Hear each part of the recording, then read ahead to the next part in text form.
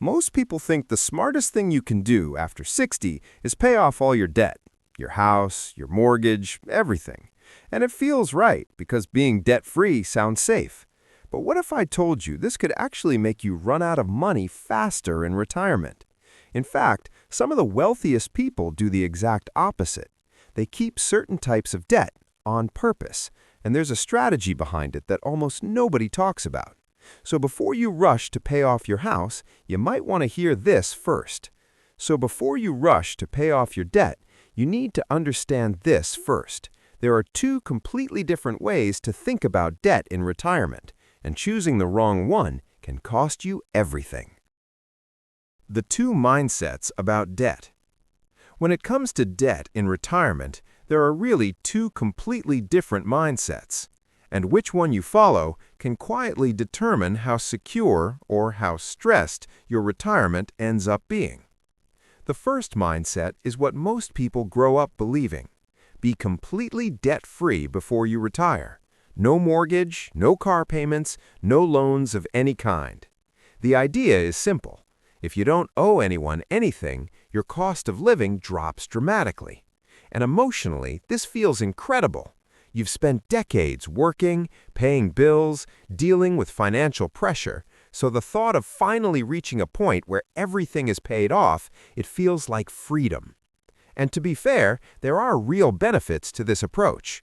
Lower monthly expenses, less financial pressure, and for people who are more risk-averse, a much better night's sleep.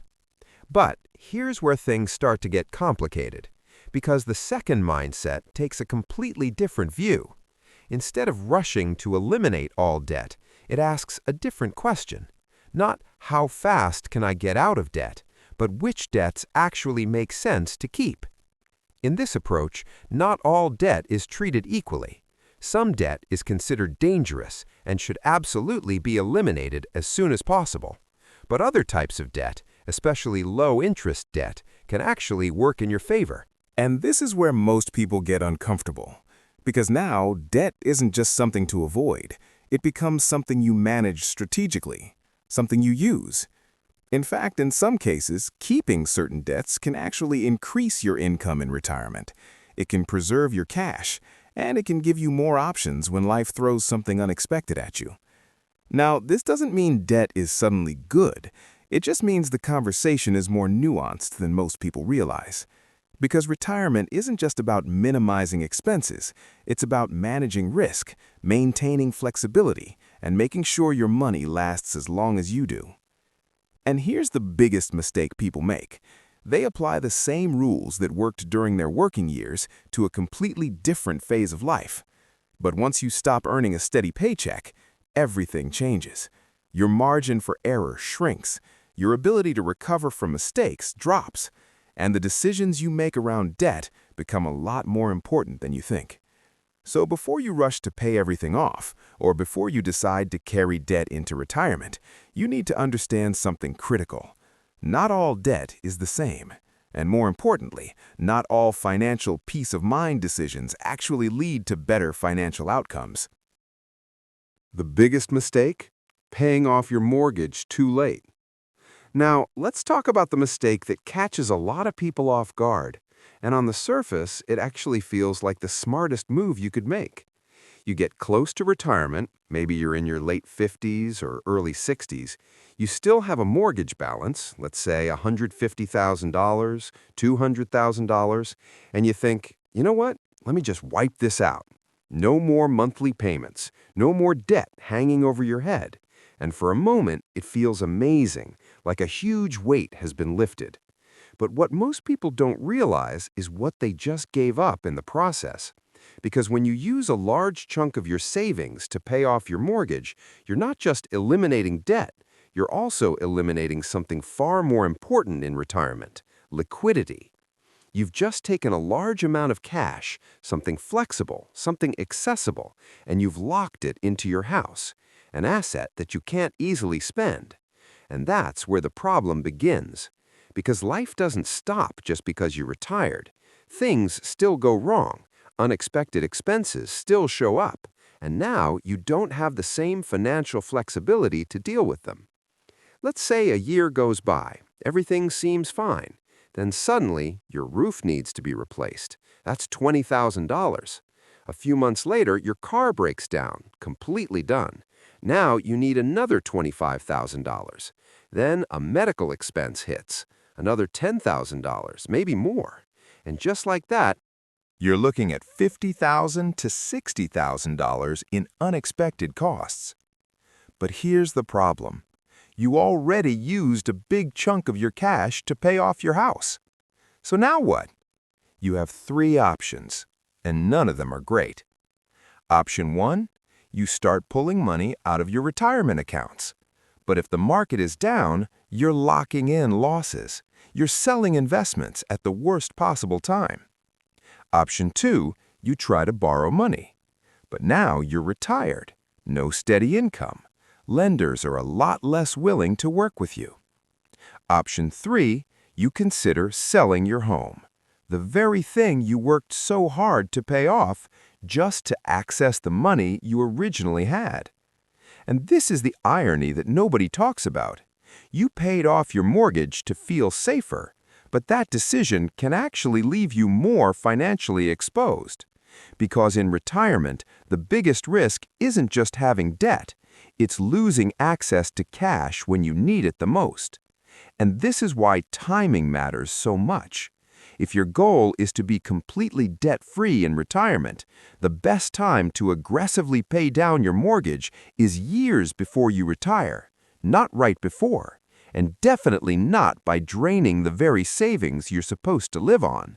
Because once that money is gone from your accounts, it's no longer working for you, it's no longer growing, and most importantly, it's no longer there when something goes wrong.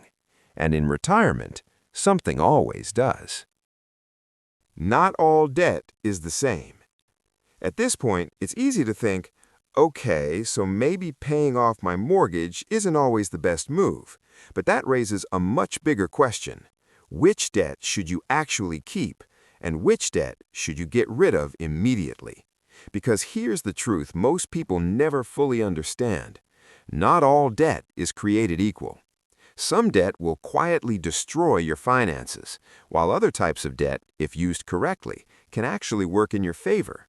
So let's break this down in the simplest way possible. There are three categories of debt you need to think about. The first one is high-interest debt. This is the dangerous kind. Credit cards, personal loans, anything with interest rates in the 10, 15, even 20% range. This type of debt is working against you every single day. It grows faster than almost any safe investment you could make. And in retirement, this is the kind of debt that can spiral out of control very quickly. So this is non-negotiable. High-interest debt should be eliminated as soon as possible. No strategy, no debate. Just get rid of it. Now, the second category is what I'd call middle-of-the-road debt. This usually falls somewhere in the 4 to 8% range. It could be student loans, a car loan, or even a mortgage, depending on when you bought your home. This is where things start to become more situational, because now the math isn't so obvious. You're not getting crushed by interest, but you're also not necessarily benefiting from keeping the debt either. So in many cases, this is the type of debt you want to gradually reduce over time without sacrificing your liquidity or putting yourself in a tight position. But the third category, this is where everything flips. Low-interest debt. Anything in the 3 to 5% range. And for many people, this is exactly where their mortgage sits, especially if they locked in a rate years ago. Now here's the part most people miss. If your debt is costing you 4%, but your investments, even conservative ones, are earning 6, 7, maybe even 8% over time, you're coming out ahead every single year. That difference, that spread, is working in your favor. So when you rush to pay off that debt, you're not just eliminating a payment, you're also eliminating that spread. You're taking money that could be growing for you and using it to cancel out relatively cheap debt. And that's the moment where a lot of people have that aha realization. Because it means paying off the mortgage isn't always a guaranteed win. In some cases, it's actually a financial trade-off. Less monthly expenses, yes, but also less growth, less flexibility, and less money working for you over time. Now, of course, this only works if you're disciplined, if you're actually investing that money, if you're not just spending it, and if you're comfortable managing debt without it stressing you out. Because at the end of the day, this isn't just about math, it's about behavior, it's about knowing yourself. Some people sleep better at night being completely debt-free, and that has value. But others are willing to accept a little bit of debt in exchange for a potentially stronger financial position. And neither approach is universally right. But once you understand this idea, you stop looking at debt as something purely negative, and you start asking a much smarter question. Is this debt helping me or holding me back? Why liquidity matters more after 60. By the time you reach your 60s, the game completely changes. It's no longer about maximizing growth. It's about protecting what you have and making sure it lasts. Because here's the reality most people don't want to think about. You don't have the same time to recover anymore. If you make a financial mistake in your 30s or 40s, you still have years, even decades to fix it. But after 60, one bad decision, one unexpected expense, one poorly timed withdrawal can permanently impact your financial future. And that's exactly why liquidity becomes so important. Not your house value, not your net worth on paper. Actual, accessible cash. Because retirement is unpredictable. Healthcare costs go up. Emergencies happen. Life doesn't follow a clean, predictable plan. And if all your money is locked inside your home, you might be wealthy on paper, but financially stuck in reality. This is why so many retirees end up making bad decisions under pressure. They don't have enough liquid cash, so they're forced into choices they didn't want to make. Selling investments at the wrong time, taking on new debt, or even selling their home just to survive. And that's the key idea. In retirement, flexibility is more valuable than perfection, because the people who stay financially stable aren't the ones who made the perfect decision years ago. They're the ones who still have options when things go wrong. The strategy the rich use. Now this is where things take a completely different turn. Because while most people are trying to eliminate all debt, wealthy individuals often do the exact opposite. They don't rush to sell their assets. They don't liquidate everything to live on. Instead, they borrow against what they already own. And at first, that sounds risky. Why would you take on debt when you could just sell your investments? The answer comes down to one word: taxes. When you sell an asset, you trigger a taxable event, capital gains taxes, and depending on how much you've gained, that can take a significant chunk out of your wealth. But when you borrow against an asset, that's not considered income, so you don't pay taxes on it, which means you can access cash without shrinking your portfolio. Your investments stay intact, they continue to grow over time, and you get the liquidity you need to live. It's a powerful strategy, and it goes even further. Because when those assets are eventually passed on, they often receive what's called a step-up in basis, which means your heirs inherit them at current market value, and the capital gains taxes are essentially wiped out. So not only did you avoid taxes during your lifetime, you potentially eliminate them for the next generation too. And this is how long-term wealth is built. Not just by earning more, but by structuring your finances in a way that protects and preserves it. Now, of course, this doesn't mean everyone should go out and start borrowing against their assets, because like any strategy, there are risks. The hidden risks. Because here's the part most people don't talk about. This strategy only works if everything goes relatively right. If your assets hold their value, if the market continues to perform, if you can manage the debt responsibly. But what happens if that doesn't happen? What if the market drops 20, 30, even 50%? Now the value of your assets falls, but the debt you took on doesn't.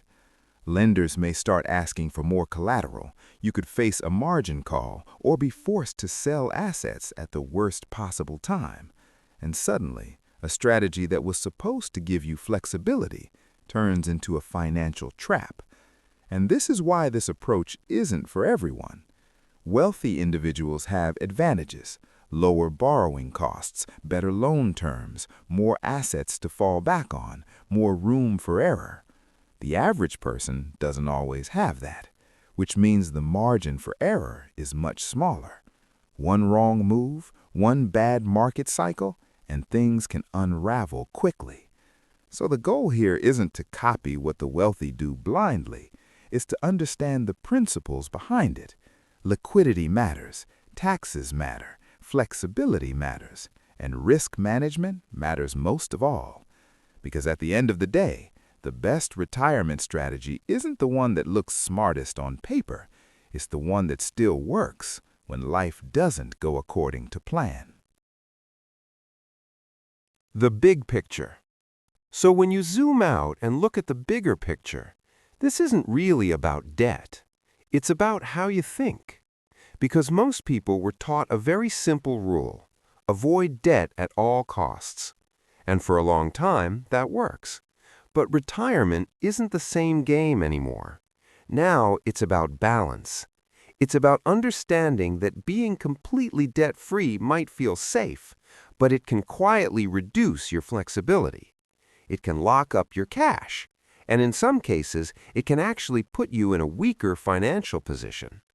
At the same time, keeping debt without a strategy can be just as dangerous. So the real goal isn't to blindly follow one rule. It's to make smarter decisions based on your situation. Eliminate high-interest debt, no question. Be careful with mid-level debt, and think twice before paying off low-interest debt, especially if it costs you liquidity and long-term growth. Because in retirement, cash flow matters, flexibility matters, and your ability to adapt matters more than anything. And here's something else to think about. We're living in a world where inflation is unpredictable, markets are volatile, and the cost of living keeps rising, which means the margin for error is getting smaller. And that's exactly why planning ahead matters so much. Not when you're already 60, but years before you ever get there. Because the people who struggle in retirement aren't always the ones who didn't work hard. They're often the ones who made decisions that felt right at the time, but didn't hold up under pressure. So if there's one thing to take away from this video, it's this: don't just aim to be debt-free. Aim to be financially flexible, because that's what actually keeps you secure in the long run. Now I'm curious, which side do you agree with? Would you rather enter retirement completely debt-free, or keep certain debts if it means more flexibility and potentially more income? Let me know down in the comments below. And if you found this helpful, make sure to check out the next video on your screen, because it breaks down exactly how to structure your retirement income step by step. Thanks for watching all the way to the end, and I'll see you in the next one.